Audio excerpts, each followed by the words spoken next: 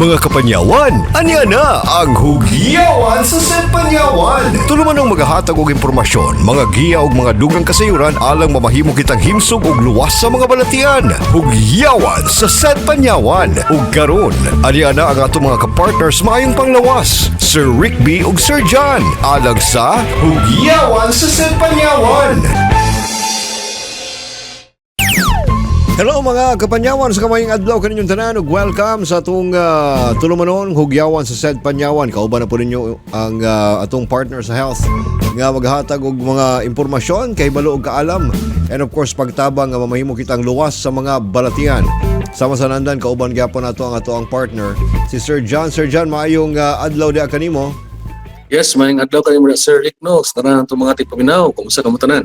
Sa tanan nato mga kaigsunan nga kanunay gyud nga nagasunod sa ato ang mga tulumanon, ang ato ang Hugyawan sa Set Panyawan, ang tuyog tumong niini paghatag lamang og kahibalo og pagtabang usab nga kitang tanan makaangkon sa mas maayo natong kahimsog pinagi sa mga produktong herbal nga ginama sa SED Marketing.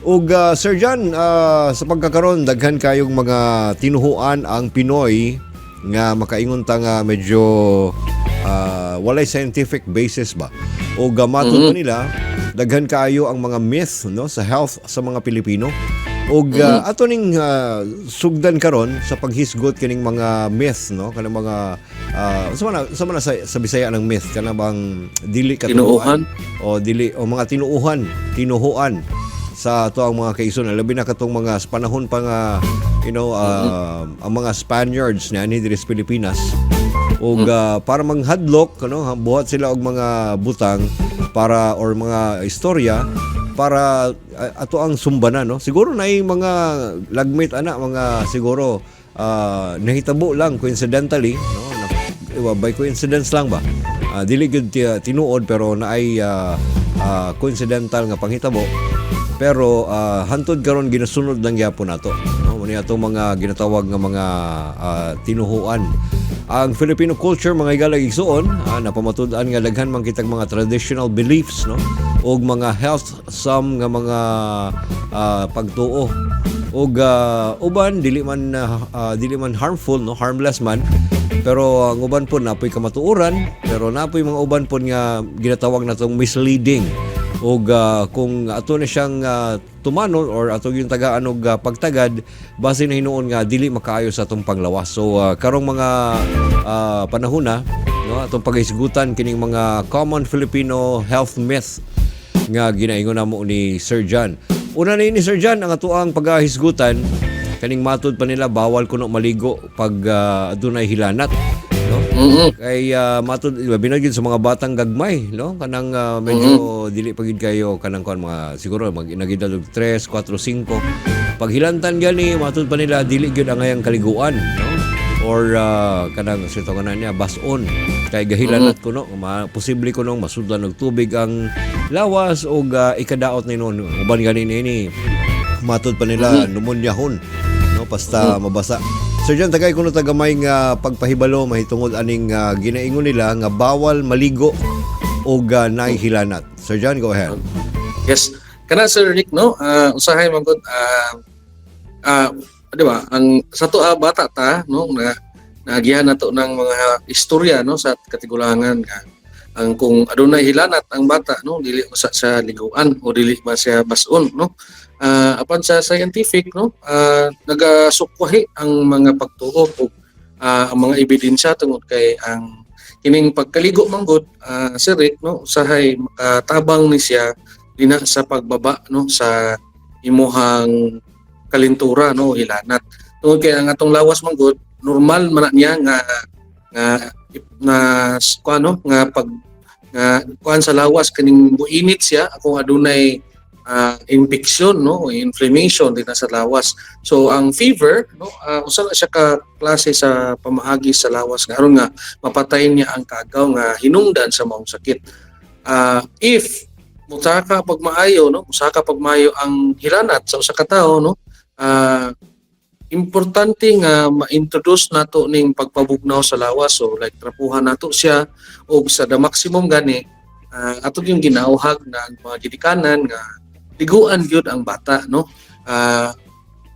mo nang gusto nato ipaklaro no nga sa tinuod wala may mawa no kung mutuo ta sa mga tinuuhan sa manining dili ta maligo no kung adunay hilanat ug ubay-ubay na gani ka mga batan-on gani atud karon bisan mga dagko na ta no nay ubay nay sometimes na dili ta ganahan maligo pag natay hilanat no pan usa sa mga epektibo nga makapakunhod o makapababa no sa imong hilanat sa lawas is kining pagbasa gyud mismo sa imong lawas o pagligo gyud kay tungod una gyud maigo gyud sa tubig no kining ato ang ulo kining ulo nato mo ni nagkri ang atong hypothalamus mooy sentro no sa pagkontrol sa body temperature. So importante nga mabasa na sa tubig no aron nga ug bugnaw nga tubig no or bisan og lukewarm nga tubig aron nga makontrolar ang grabing pagsaka sa init sa lawas nga pwedeng sa tawag niya na kanang usay magtakig ang bata or kanaganing mo sukarap iyang mata no tungod sa kainit sa iyahang tungod na kulangan sa oxygen kana sa sarig. Actually, ako gani sa una medyo nakuratan kay ko ana kay kani naging kanang nagasunod pud ta sa mga kinaraan no. Natingala ko kay gihilantan og maayo akong bata then gidala na mo sa ospital. Natingala mi pag-abot dito sa ospital kay gibanyusan mi og tubig nga kanang nay ice. Mura kong nakuratan kay sa kaniadto ang ako nahibaluan sa una is suka raman ang ibutang sa agtang sa mga nutahan. Kaya nga mga mga folds ba sa liog, sa kamot, sa luyo sa tuhod, inana banyusan og kanang suka. Then butangan og kanang something cloth sagtang na ay suka. Anang porti na yung asluma kay simhuto no. So mo to nga primero murag action ko og kanang kabalaka kay ngano nang inana no. Matud pa ni sa science nga pag musobra kataas ang kalintura or ang kainit sa usa ka tawo mamahimo nimong banyusan or kanang trapuhan lang og basa no labi na bugnaw nga tubig para makatabang siya sa pagpakubos sa kanang ginatawag nato nga kainit. Matud pa nila ang explanation mas maayo nga lukewarm no kanang dili pud kay sobra ka bugnaw kanang lukewarm water lang no init-init gamay makatabang kini siya sa pag-lower sa atong body temperature ug makatabang mamahimo kitang medyo maayo. Ang ginatawag pud nga it's sponge bath no. Sponge bath mamahimo sab sa ato ang mga kanang mga kabatanunan. Pero matud pa pod kung sobra ka init mamahimo sad nga ayon ang sobra kay kabugnaw kay makahatag po inon siya increase sa kalit nga pagbuba sa atong body temperature. And kung mahimo, dinalian ng Diyos kuno kayo.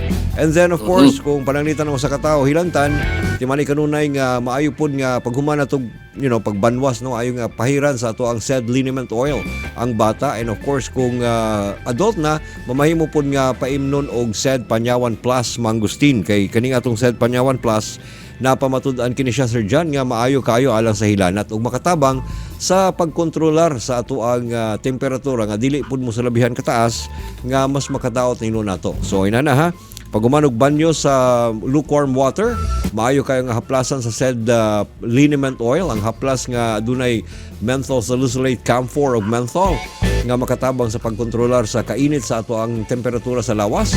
And of course, kung adult, maayo nga paimnon sa said Panyawan Plus ang kapsula nga dunay gahom sa panyawan, mangustin ug usab sa luyang dilaw. Makatabang kini siya sa pagkontrol sa ginatawag natong kainit sa kalawasan.